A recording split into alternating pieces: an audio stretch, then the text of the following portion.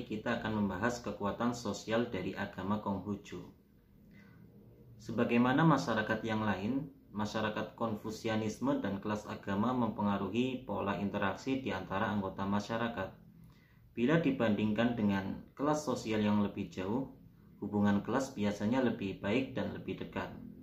Rohaniawan dengan kelas ekonomi atas jarang berhubungan langsung dengan masyarakat kelas bawah. Namun, hubungan baik tercipta dengan masyarakat yang memiliki kelas ekonomi stabil atau memiliki ikatan keluarga. Kelas sosial terkait pendidikan dan posisi birokrasi dalam masyarakat Tionghoa tidak begitu menonjol. Status pendidikan bahkan tidak dianggap sebagai keistimewaan dibandingkan dengan status ekonomi yang bisa mereka peroleh.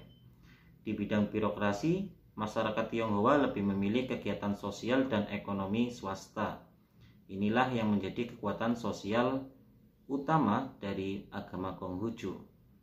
Dalam interaksi sosial, mereka mengupayakan untuk terus menumbuhkan sikap yang matang terhadap kehidupan sosial bangsa, negara, dan hubungan interpersonal. Perbedaan adalah anugerah, dan apabila dikelola dengan baik, maka akan menciptakan suatu kemajuan. Selanjutnya, di wilayah Banyumas sendiri, identitas etnis Tionghoa sudah ada sebelum abad ke-18, seiring dengan keberadaan kawasan pecinan di sepanjang jalan utama kota. Hal ini dibuktikan dengan keberadaan Klenteng Hoktek Bio Pasar Wage, Hoktek Bio Sokaraja, dan Hokboen Tek Bio Banyumas. Keberadaan kelenteng di wilayah Banyumas juga memberikan kontribusi terhadap perkembangan sosial budaya Banyumas, di mana konsep Tridharma dapat bersinergi dan membentuk identitas Banyumas Tionghoa yang terwujud dalam akulturasi budaya seperti Masjid Chengho di Purbalingga, Soto Sokaraja. Budaya ini merupakan bentuk integrasi etnis Tionghoa dengan Banyumas yang kini membentuk identitasnya sebagai bagian dari masyarakat Banyumas. Bahasan yang kedua adalah kekuatan politik. Banyak orang yang berpikir bahwa kekuasaan kekaisaran Cina adalah budaya feodal yang dipengaruhi oleh Konfusianisme dan tidak cocok lagi untuk kehidupan modern. Padahal Konfusianisme adalah agama 1000 tahun yang lalu. Untuk memahami pandangan Konfusianisme tentang pemerintahan negara, seseorang harus memahami sejarah suci yang diungkapkan oleh raja-raja kuno. Pemerintah dan rakyat saling mendukung, karena tidak ada pemerintahan tanpa rakyat dan tidak ada kehidupan sosial yang tertib tanpa pemerintah. Di Indonesia, masyarakat Tionghoa mempelopori kebangkitan agama Konghucu dengan merumuskan doktrin dan praktik keagamaan serta kepercayaan yang dianut oleh orang-orang keturunan Tionghoa di berbagai pelosok tanah air Indonesia. Keberadaan Konghucu di kalangan Tionghoa memang tidak jelas, mengingat Konghucu masih belum dilihat sebagai agama resmi yang diakui di Indonesia. Namun setelah proses yang cukup panjang, agama Konghucu mendapatkan kekuatan politik, yaitu pengakuan resmi dari pemerintah Indonesia. Dengan disahkannya keputusan Presiden nomor 6 tahun 2000, kini etnis Tionghoa dapat merayakan Tahun Baru Imlek dengan bebas dan terbuka. Tentang kekuatan ekonomi, gagasan ketuhanan dalam ajaran Konfusius mempengaruhi etika profesional para pengikutnya. Ketuhanan yang secara fungsional dapat dijelaskan dalam ajaran Konfusius merupakan faktor utama dalam pembentukan semangat kerja mulia para pengikutnya. Bagi mereka, Tuhan adalah pembimbing manusia di muka bumi. Secara fungsional tentunya mendukung kegiatan yang memenuhi kebutuhan. Logika sederhana, apabila seseorang giat dalam bekerja, maka akan besar kemungkinan hasil yang diperoleh. Di Indonesia, berbagai daerah yang menganut ajaran Konghucu memang didominasi oleh keturunan Tionghoa, menunjukkan tingkat kemajuan ekonomi yang tinggi dan perkembangan industri yang pesat. Mereka menguasai berbagai posisi strategis seperti pedagang kaki lima, pemilik toko, bahkan pemilik modal perusahaan besar. Hal ini tentunya menjadi kekuatan ekonomi umat Konghucu itu sendiri. Perkenalkan, nama saya Mulantirina Zulfah, NIM 18174022241. Saya di sini akan melanjutkan penjelasan sebelumnya dari teman saya, yaitu tentang aliran dalam agama Konghucu. Nah, sebagai pengantar, saya akan memberikan informasi bahwasannya penganut agama Konghucu itu adalah mereka yang menghindari pembahasan tentang metafisika, tentang ketuhanan, tentang jiwa, dan juga tentang hal-hal yang bersifat ajaib. Mereka lebih menekankan kepada pendidikan akhlak atau pendidikan moral, pembentukan moral yang baik yang berasal dari rohani atau dari dalam. Nah, tetapi orang-orang yang beragama Konghucu ini, khususnya orang Tionghoa, itu mereka tidak memungkiri atau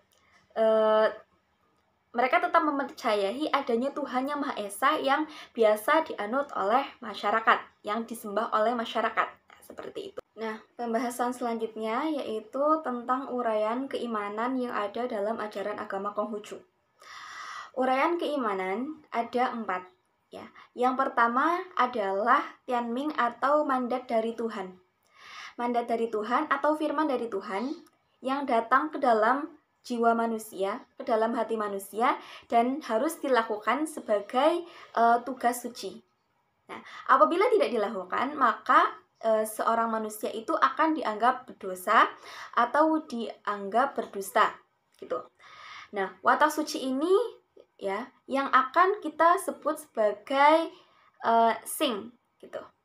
Nah, sing ini adalah mandat dari Tuhan atau tugas dari Tuhan yang dikodratkan atau pasti ada di dalam setiap diri manusia kapanpun dan juga dimanapun. Nah, selanjutnya adalah uraian yang ketiga adalah Dao. Dao itu adalah jalan yang harus ditempuh. Nah, setelah tadi diberikan mandat oleh Tuhan, kemudian masuk ke dalam watak suci, ya. Maka seseorang atau seorang manusia yang biasa dalam agama Konghucu itu disebut sebagai Ren harus menapaki jalan yang suci juga yang disebut Dao. Nah, mereka harus berada di sini, kemudian menyebarkan kebaikan dan juga menyebarkan sifat kemanusiaan yang bermanfaat dan berpengaruh baik.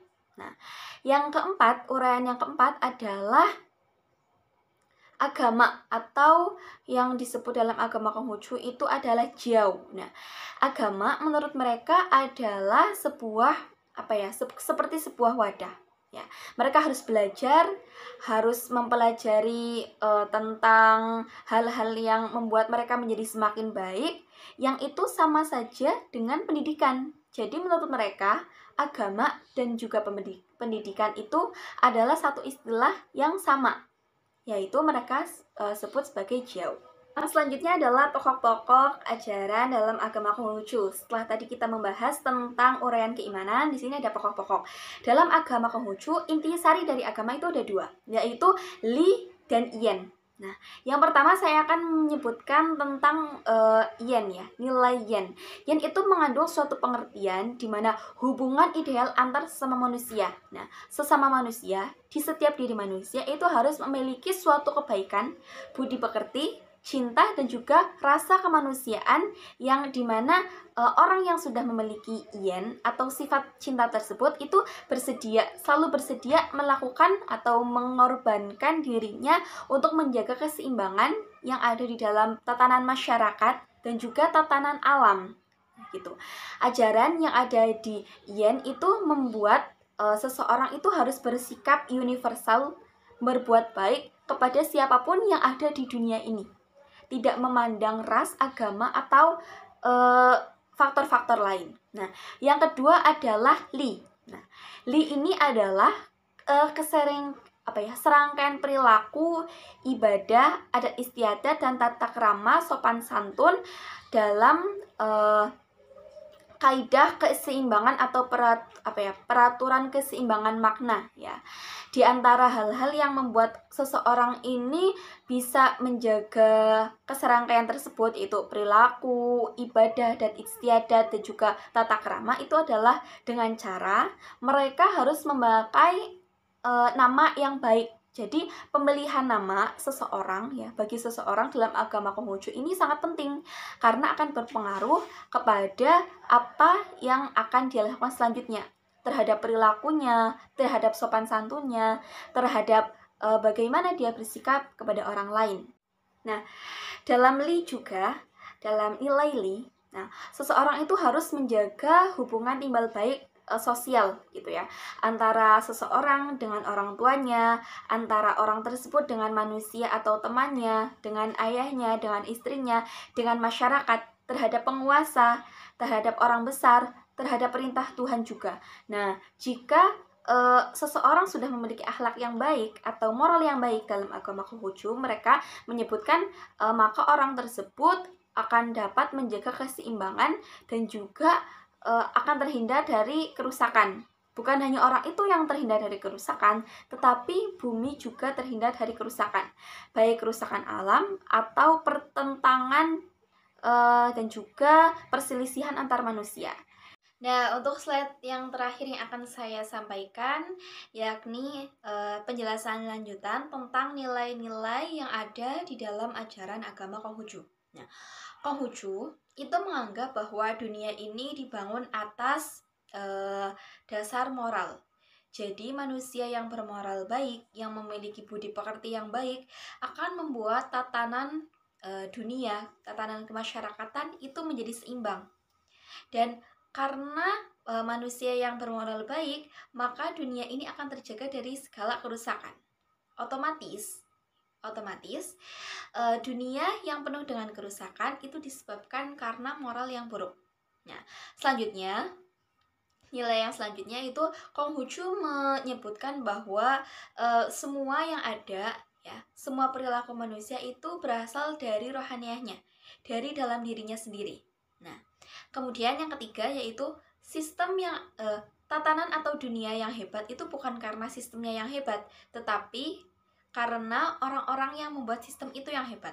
Orang-orang yang memiliki moral yang baik atau budi pekerti yang baik yang akan membuat sistem itu menjadi hebat. Dan apa yang ada di dunia ini menjadi seimbang. Penganut agama Konghucu, mereka menyebutkan bahwa orang yang beragama itu bukan hanya bertugas untuk menyempurnakan diri sendiri atau memperbaiki diri sendiri, tapi mereka juga memiliki tanggung jawab untuk membuat orang lain atau membuat keseimbangan yang berdampak kepada lingkungan hidupnya. Nah, selanjutnya lagi yaitu ada istilah dalam agama Konghucu yang disebut sebagai junzi, atau yang biasa yang kita kenal dalam Islam adalah seorang sufi.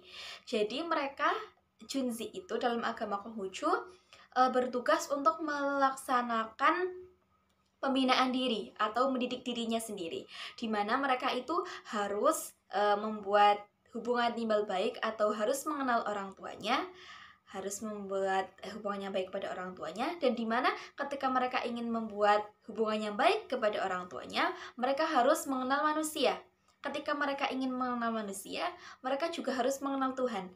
Nah, perjalanan dalam membina diri sendiri ini juga perjalanan ketika mereka itu mengenal siapa yang mengirimkan perintah atau mandat ke dalam dirinya, yaitu Tian atau Tuan atau Tuhan ya. Nah, karena itulah mereka harus menjaga hubungannya timbal baik antara mereka dan orang tuanya, agar mereka bisa memahami manusia dan juga agar mereka sampai kepada Tuhannya. Nah, sekian yang dapat saya sampaikan. Materi selanjutnya akan disampaikan oleh rekan saya. Saya Mufli Nurisa Pahlawi, NIM 18174022440, akan melanjutkan materi yang ketiga, yaitu tentang relasi umat Islam dan Konghucu di dunia, di Indonesia, dan di Kabupaten Banyumas. Yang pertama, relasi umat Islam dan Konghucu di dunia. Islam merupakan agama yang universal, yang di dalamnya mengatur berbagai aspek kehidupan termasuk tentang kerukunan antar umat beragama. Bahkan asal kata Islam sendiri berasal dari bahasa Arab salima yang mempunyai arti selamat atau perdamaian. Al-Quran secara normatif memuat hal-hal yang berhubungan dengan pluralisme agama, multikulturalisme maupun toleransi dalam kehidupan antar umat beragama. Begitu pula dengan agama Konghucu. Ditemui ajaran-ajaran yang dapat mengantarkan pemeluknya untuk hidup rukun dengan pemeluk agama lain. Kedua agama tersebut secara umum saling menjaga kerukunan dan perdamaian satu sama lain. Hubungan antar agama di dunia sangat beragam dan bervariasi, tidak mudah untuk mempersatukannya. Begitu pula antara Islam dan Konghucu. Hal ini dikarenakan setiap agama menganggap bahwa agamanya adalah yang paling benar dan menganggap bahwa agama lain salah. Di dunia internasional, agama menjadi suatu hal yang sangat riskan dan sensitif untuk dibahas. Banyak sekali konflik besar dunia yang muncul dikarenakan pergesekan perihal agama. Peran agama Islam dan Konghucu sangat dibutuhkan untuk menciptakan perdamaian dunia. Baik ajaran Islam maupun Konghucu memiliki kesamaan, yaitu pada nilai moral, budi luhur, dan perdamaian. Konghucu mempunyai pandangan tentang dunia bahwa dunia dibangun atas dasar moral, budi luhur, dan yang terpenting adalah kehidupan yang tentram, nyaman, dan damai. Apabila moral masyarakat negara rusak, hal itu akan membuat tatanan alam menjadi terganggu, sehingga akan mendatangkan bahaya, baik bencana alam atau peperangan. Begitupun dalam Islam, ada banyak ayat yang menyebutkan bahwa Allah Subhanahu wa Ta'ala amat menyukai perdamaian, dan sesungguhnya umat yang mulia dan bertakwa di sisinya adalah mereka yang mencintai perdamaian. Islam mengharuskan setiap umatnya untuk berbuat baik kepada seluruh umat manusia. Dari uraian di atas, dapat kita lihat bahwa antara agama Islam dan Konghucu mempunyai relasi yang kuat, khususnya dalam menciptakan perdamaian dunia di tengah zaman yang semakin keras dan banyak kesimpang siuran kabar atau hoaks yang sudah barang tentu tidak dapat dipertanggungjawabkan. Kemudian yang kedua, relasi umat Islam dan Konghucu di Indonesia. Indonesia mengakui keberadaan 6 agama secara resmi, yaitu Islam, Hindu, Buddha, Katolik, Protestan, dan Konghucu. Seperti yang kita ketahui bahwa umat Tionghoa atau umat Konghucu merupakan umat minoritas yang ada di Indonesia. Namun, toleransi dari agama lain, khususnya agama Islam yang merupakan agama mayoritas, dapat terjalin dengan sangat baik. Tak dapat dipungkiri, peran pemerintah yang diprakarsai oleh Gus Dur dalam mengeksiskan kembali agama Konghucu setelah mengalami diskriminasi pada masa Orde Baru sangat besar dampaknya. Selain memberi pengakuan dan pemulihan hak-hak sipil, Gus Dur juga membebaskan masyarakat Konghucu untuk menjalankan ibadah agamanya secara terbuka dan merayakan hari besar keagamaan secara terbuka. Gus Dur memberi ruang hidup yang lebih layak dan terhormat bagi penganut agama Konghucu sebagai bagian dari bangsa Indonesia. Bahkan, Gus Dur juga mengakui bahwa kebudayaan Tionghoa merupakan bagian dari kebudayaan Indonesia. Pembaharuan-pembaharuan yang dilakukan Gus Dur dalam bidang sosial budaya yang bertujuan untuk mengatasi masalah disintegrasi dan konflik antar umat beragama terbukti mampu memberi kebebasan bagi umat Konghucu dalam beragama dan bermasyarakat. Adanya relasi yang kuat antara umat Islam dan Konghucu juga berasal dari beberapa orang keturunan Cina yang kemudian memeluk agama Islam dan membentuk komunitas orang Islam keturunan Cina, di mana hal ini secara tidak langsung membuat relasi antara umat Islam dan agama Konghucu, khususnya keturunan Cina, terjalin dengan cukup dekat. Latar belakang kedua agama yang cinta damai dan menjunjung tinggi nilai kerukunan antar umat beragama serta semboyan bangsa yaitu Bhinneka Tunggal Ika menjadi dasar kedekatan dua agama ini untuk hidup berdampingan dan saling menghargai, khususnya di wilayah Indonesia. Selain itu, juga terdapat banyak tempat peribadatan umat Islam yaitu masjid dan tempat peribadatan umat Konghucu yaitu kelenteng yang letaknya tidak jauh dan masih berada dalam satu wilayah yang mampu untuk menjaga kerukunan dan tetap saling menghargai. Kemudian, relasi umat Islam dan Konghucu di Kabupaten Banyumas. Hubungan antara umat Islam dan Konghucu di Kabupaten Banyumas telah terjalin dengan baik cukup lama, bahkan sampai saat ini. Ada banyak faktor yang membuat umat Islam dan Konghucu di Kabupaten Banyumas dapat hidup berdampingan dengan damai. Di antaranya latar belakang kedua agama yang mencintai perdamaian. Islam disebarluaskan melalui jalur damai, dan umat Islam dituntun untuk menjadi manusia yang mencintai kedamaian, sebagaimana dicontohkan oleh Rasulullah Muhammad SAW. Berbeda dengan komunitas Tionghoa di wilayah lain yang cenderung terfokus pada satu wilayah, komunitas Tionghoa di Kabupaten Banyumas menetap secara terpencar di berbagai sudut Kabupaten Banyumas. Tidak ada kampung pecinan di wilayah ini. Mereka menyatu dengan masyarakat Jawa yang mayoritas beragama Islam. Namun, hal ini tidak membuat umat Islam dan Konghucu bersih tegang. Justru dengan kondisi seperti itu, para umat Islam dan Konghucu dapat lebih membaur bersama. Relasi yang harmonis itu dapat tercermin dari penuturan pihak Gus Durian Banyumas bahwa satu-satunya anggota yang membawa majelis agama hanyalah Makin, singkatan dari Majelis Agama Konghucu di Indonesia, cabang Banyumas. Sedangkan anggota yang lain bersifat individu. Makin Banyumas sangat aktif dan antusias dalam mengikuti kegiatan-kegiatan yang diselenggarakan oleh Gus Durian Banyumas. Selain itu, gambar Nabi Hongsi yang merupakan salah satu nabi dalam agama Konghucu juga ditempel berjajar dengan simbol-simbol keagamaan lain yang aktif di Gus Durian Banyumas. Dalam beberapa kesempatan yang berkaitan dengan peringatan keagamaan Islam, agama Konghucu juga turut andil dengan menampilkan pertunjukan barongsai di wilayah Banyumas. Sinergi antara tokoh agama Islam dan agama Konghucu terjalin dengan sangat baik dan harmonis. Para tokoh agama Konghucu di Kabupaten Banyumas sering menghadiri kegiatan keagamaan agama Islam, begitupun sebaliknya. Dalam bidang pendidikan, relasi antara umat Islam dan Konghucu juga dapat dilihat dari adanya guru berjilbab yang turut menjadi pengajar di sekolah milik Yayasan Makin, Purwokerto. Terima kasih.